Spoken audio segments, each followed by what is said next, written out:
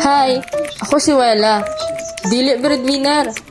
Daghang kwarta, kay mao'y ingon nila. Simple ra akong pangandoy. Modato, aron di na ako modili sa mga kamot na mangayo. O diba? So, ubani ko ninyo sa akong buhaton karong adlaw. Tara!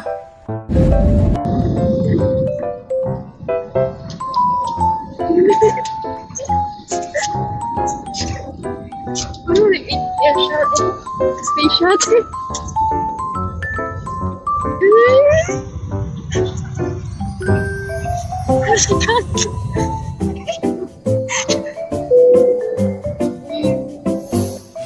So, for today's video guys, kay mao na ang time na nag-adto mi og Cebu City. Anya, first time na ako ni makalaag sa Cebu guys. Og first time ever sad na ako ni makasakay og jet plane guys. Lata on siguro kaayo no, ako ang kanang kaigno god. Pero sa tinud-anay guys, sa kaibuturan ng aking nararamdaman. Yeah, words na kulbaan ko na bay. Piskot magutong kuan, final destination na ako ang nakitaan ba. Nya, aside ato, wa na gikabuhi nako. Sugod ng Kalbaryo. Di ba jud pwede pahunungon sa daplin no? Or ablihan ang bintana kay musuka ko. Gani kay Girl Scout ni. Kadalag isa ka bag na smooth oy. Ready ni. Unya, pag abot na mo sa airport sa Cebu guys, wala na ako naka-video kaayo kay wala mo ko kasabot sa akong gibati.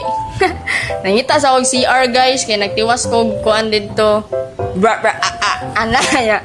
Nya, nagpahulay sa mi kadali, mga 30 minutes po siguro mi nagpahulay, tapos nagpaabot sad mi sa katong amo ang gi-contact na rent a motor kay sa inyo nakita dira guys, nagmotor-motor na ko dira, so meaning naulian ako ana. Buto guys, dili pa man gud ko kabalo mag-drive og kanang 4 wheels. Nya, dili man gud ko pwede pud anang mga group tour. Kay kung mag-group tour ta ninyo, na wakoy pulos kauban guys, magsigir ako sinuka, magsikatulog, kay wala gikabuhi nako. So mao nang nagmotor-motor lang mi dira sa kuan dakbayan sa Cebu. Unya guys, kung gusto din mo mag-rent o kanang motor sa Cebu guys nga trusted gid kayo siya kay ang giuban gascam ba yan, magpa-down payment ba na sila no or magpa for reservation. So mao nila ang ano guys FB ilaha FB page. So, message lang ni si Kuya Nino or Nino. Basta, message lang na siya guys and super butan po na si Kuya and kung namin mga queries regarding sa rent silang motor, dali lang po na sila mag, guys, reply. So, yun, click the message button. Ug mao niya mo ang first destination guys. By the way, DIY day niya mo ang laag ha, or should I say, wala gid mi plano guys, wala pud mi itinerary kung asa mi magkanang laag-laag ani na mga kuan adlaw. Sa ma-search lang lagi sa Google Maps na laaganan mao na mga atuan. Og diri ami nagstay guys among first day and first night. So by the way, 3 days and 2 nights mi diri sa Cebu. Share ko lang. So hilas pa kay mi karon kay nag-hotel pa man mi. So mao ni guys, mao ni siya ang kaning ginaingon nga. Mao ni laag, di ba? Kaya nga naman, wala mi reservation, wala mi booking. So naghinilas ra gid mi ani na mga panahon guys. Diretso mi walk in sa hotel, tapos diretso check in. O di ba? Ingan na lang kasimple. So mao ni ang hotel guys na among gistayhan. Kuan na siya by hotel and kung gusto mo reservations, bookings or unsa pa ba yung mga gusto, mo nila FB page o kamo na message ana guys kay wa mi ka try og message dira, kay wa mi ka try og booking and reservation. Bilas mi ani na time. So mao ni siya ang night view sa ilahang pool area. Nakalimot lang ko pang pila ni na floor sa taas ni, and then wala na kay ko naka-video sa mga nahitabo diri kay amo asang gi-treasure ang unang gabi diri sa Cebu. And of course, a super quick room tour. So tanawa lang yo guys.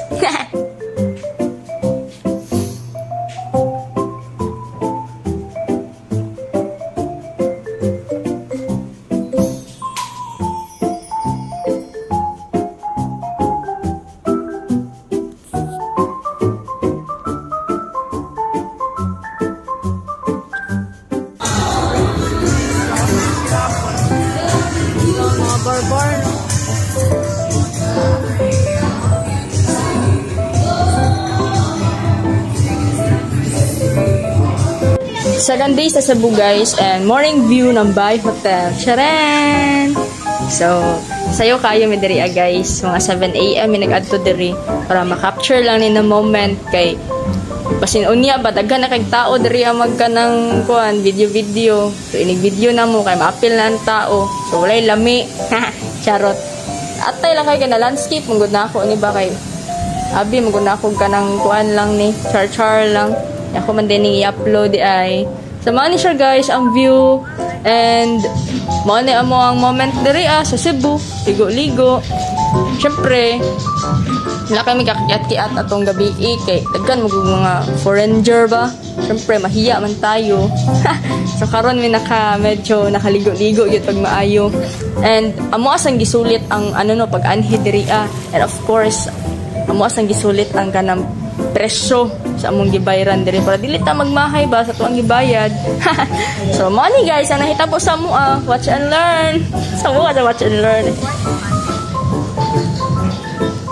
So after naman nag-swimming kay layat namin diretso sa mga laaganan. And ang amo ang first destination na doon lang sa hotel na mag-stayhan kay diri sa Santo Niño Church. And timing kaayo kay naay nagparade ani makamingaw sad ning mga drum and bugle ba ni bugle na magparade go. So way back sa to mga elementary and high school days, di ba, uso man ni siya.